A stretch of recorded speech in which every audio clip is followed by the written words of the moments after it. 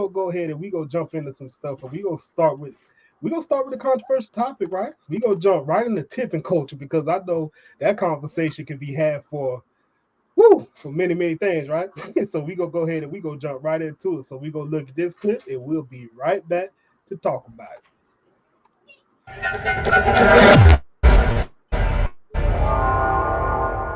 She thought she'd left a fair tip for her pizza delivery, but the DoorDash driver didn't agree, and he let the homeowner have it with some not so nice language. So how much should you tip to avoid a similar run-in? It started as a normal pizza delivery. The delivery guy hands over the pizza, but he's clearly not happy with his tip, and he has some strong words for the homeowner. I just want to say, it's a nice house for a $5 tip. You're welcome. You. That was rude. The total cost of her order of breadsticks and a medium pizza, $22.78. So the $5 she gave the DoorDash delivery guy comes out to a 22% tip. Sounds pretty reasonable. He could have been having a bad day and took it out on me. And the fact that he pointed out that your house was nice, that seemed unfair. 100%. I still tip and I'm still doing the right thing, and yet to still be treated that I should be doing more because of where I am in life. Bare minimum for delivery, you want to be tipping anywhere from 10 to 15%. Now, if you've got a really small order, you should not be tipping any less than $3 to $5 for delivery. Which is exactly what Lacey did.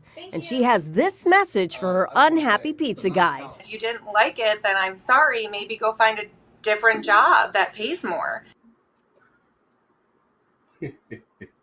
So there you got it.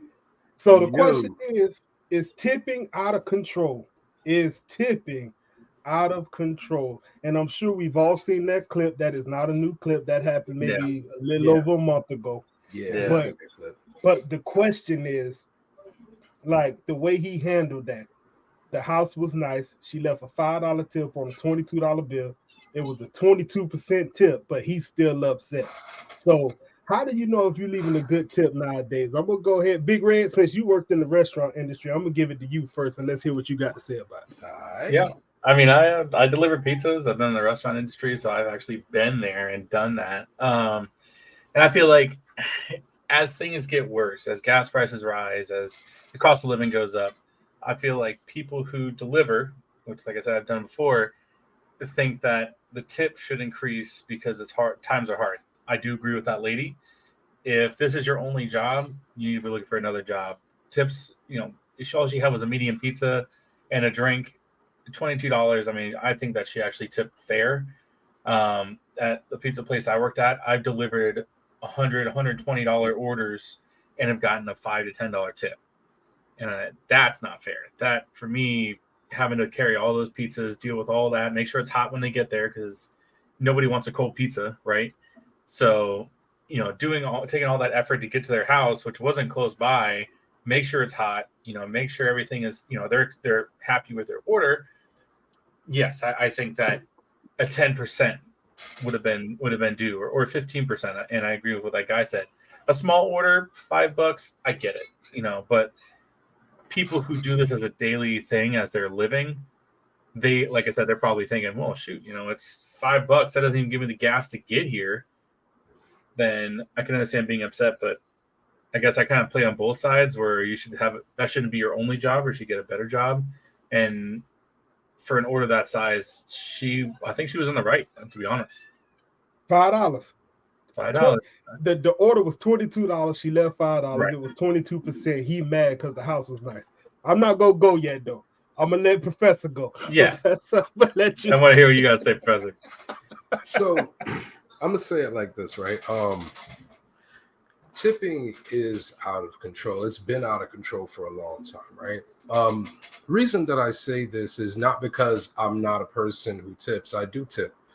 I'm somebody who lives with the forward culture of how things are at the current moment. But realistically, a tip was a bonus at one point in time. Yeah. At some point in time, it became entitlement. Now, I think the biggest problem is a capitalistic society where, we continue to have people that are forever raising the ceiling of what kind of money that you can get, right? We just have this endless potential of what money should be. Now, times going ahead and rising, or situations going ahead and rising with the times. The burden of that is not the customer. The burden of that is your employer.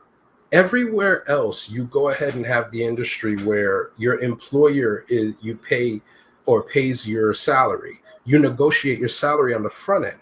You don't go ahead and depend on a tip to go ahead and pay your wages. Now, granted, people do tip at that particular rate, but just because they do it doesn't mean that it's supposed to be a guarantee. At some point in time, it became entitlement. So now it's like, they're like, oh, this is how I eat. This is this. But have you ever thought about why was the industry made that way? Why was the burden of your pay put on somebody that was ordering food, right? Because delivery was a thing that was offered to people to make it convenient, right? Because at one point in time, people were like, man, I would definitely get some food, but I don't feel like driving, So places offered the delivery.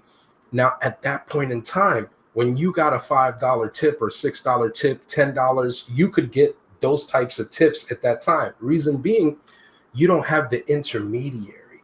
You don't have DoorDash collecting a service fee or a convenience fee or an additional fee on top of that. They are the ones that are cutting into people's tips.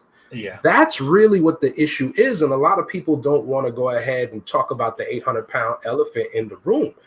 It's the services that have come in and made themselves part of the equation in a way so they can go ahead and get paid as well. Now, when you have this service, it becomes standard that they get their cut, but it comes out of the tip. Because if I'm getting hit with $3, $4, $6, $7, $8 in service fees, that's money on top of my food. And then now I'm supposed to go ahead and give you a tip in accordance to my food after I pay the service fee. Yo, you want me to come out of my money $50 just for a pizza and a drink?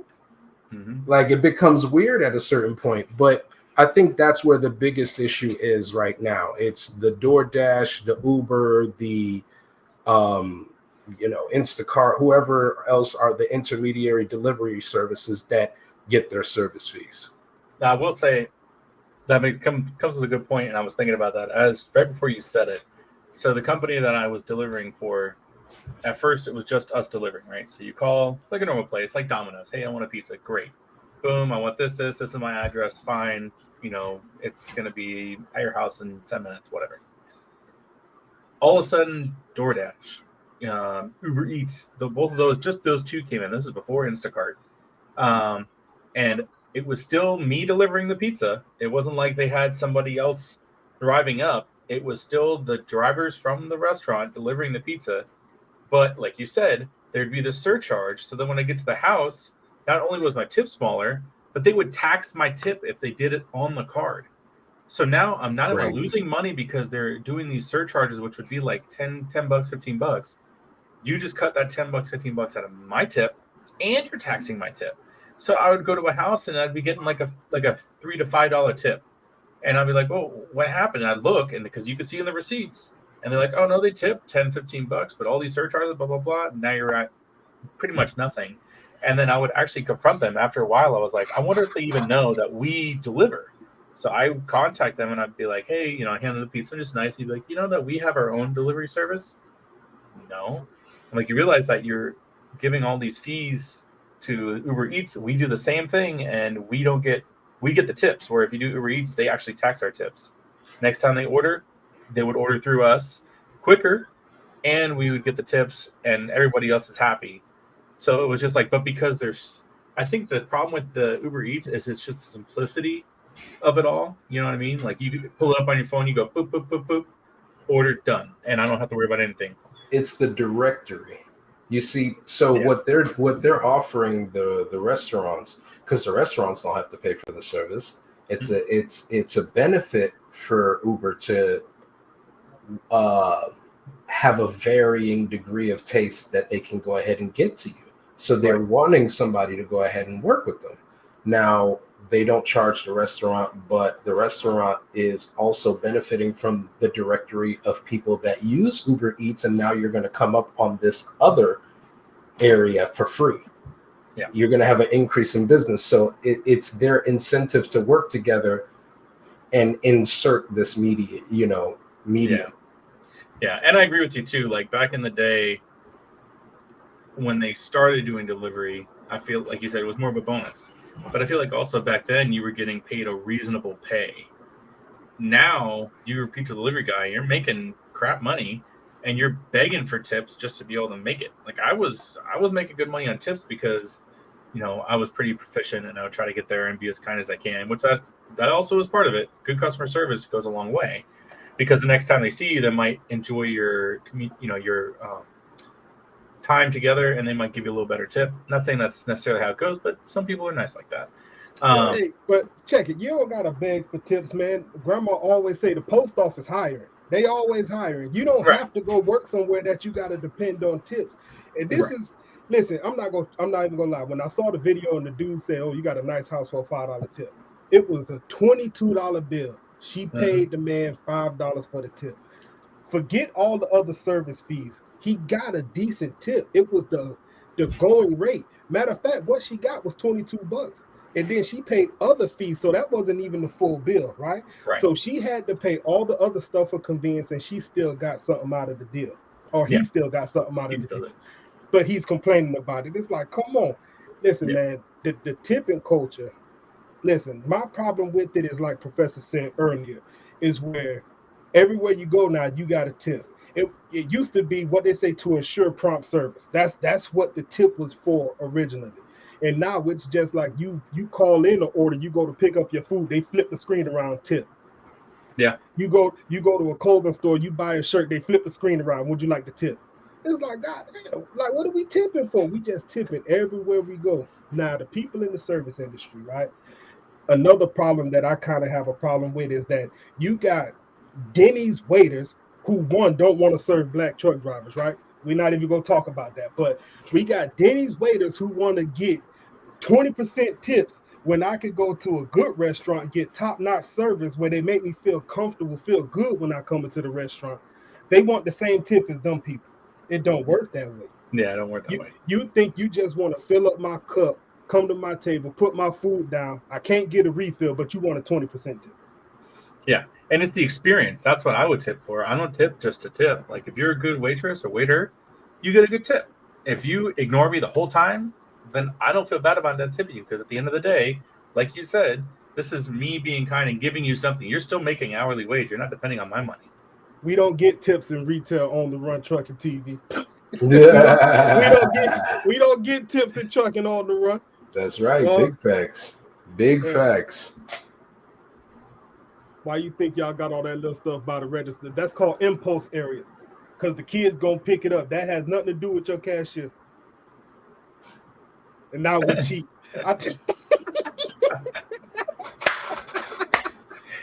We cheat, man. So be it. I guess I'm cheap, bro. You know, it is what it is.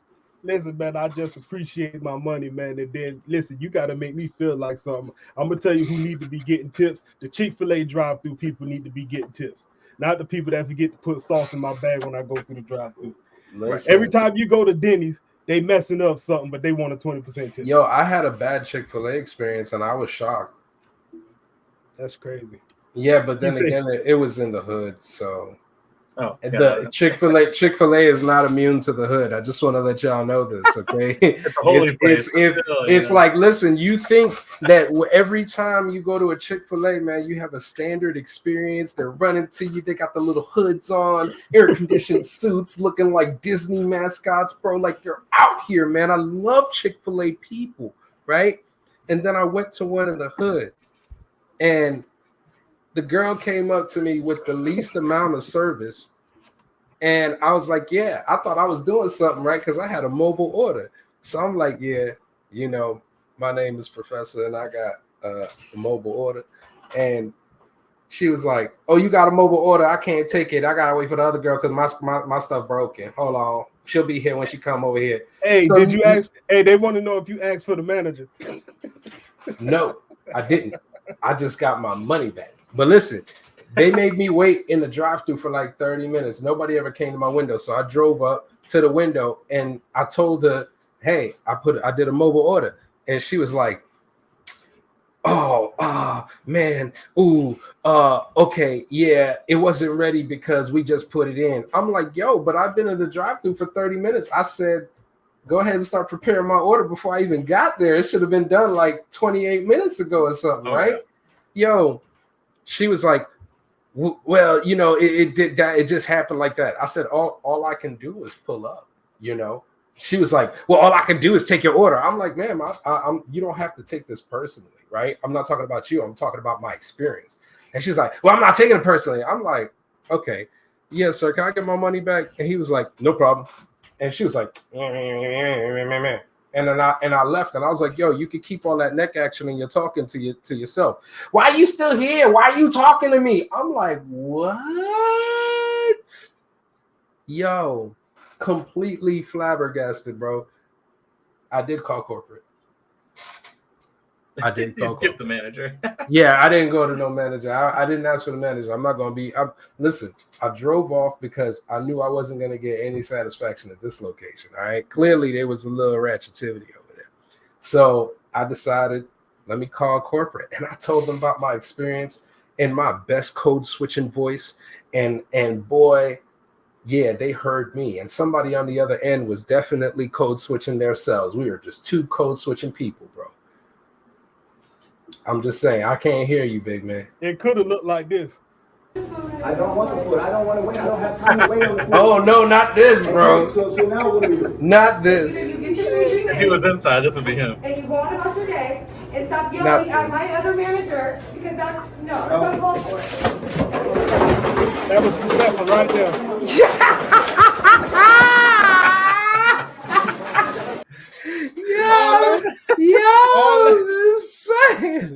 All that, bro, for 2 pieces of the biscuit, boy. Sir, it was a spicy chicken sandwich, and you know how the spicy chicken sandwich hit, bro. I'm just saying it's different. But that's neither here nor there. I got my little money and I took off. I ain't going. What does Ply say? I ain't gonna argue with you. So check this out. We got a couple people in here watching.